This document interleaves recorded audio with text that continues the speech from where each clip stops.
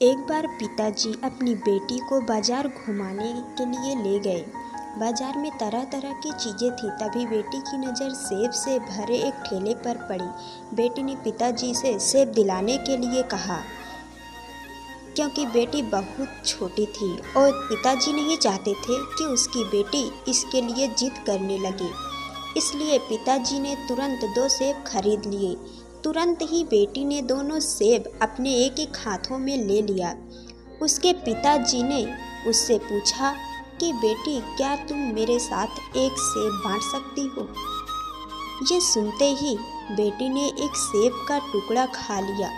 इससे पहले कि पिता कुछ और न बोलता, बेटी ने दूसरे सेब का टुकड़ा भी खा लिया। ये देखकर उसके पिता को बहुत दुख हुआ और मन ही मन सोचने लगा कि उसने अपनी बेटी को कैसे संस्कार दिए हैं।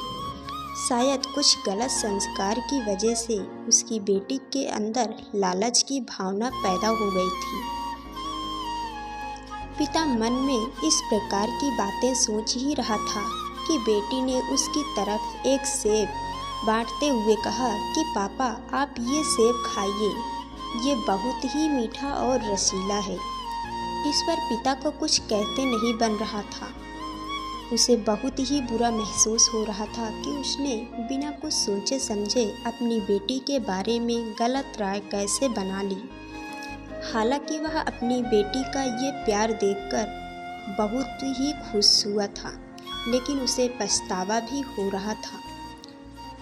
जीवन को बदलने वाला मंत्र, बिना किसी चीज़ को सोचे समझे जल्दबाजी में कभी भी नतीजे पर नहीं पहुंचना चाहिए।